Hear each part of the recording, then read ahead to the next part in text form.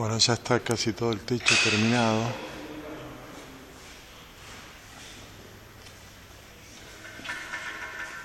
¿Por qué digo casi? Si está todo. No, faltan 2 tablitas. Acá este muchacho está poniendo las últimas 2 tablitas de este ángulo y se termina. Algunas partes ya están barnizadas, otras no.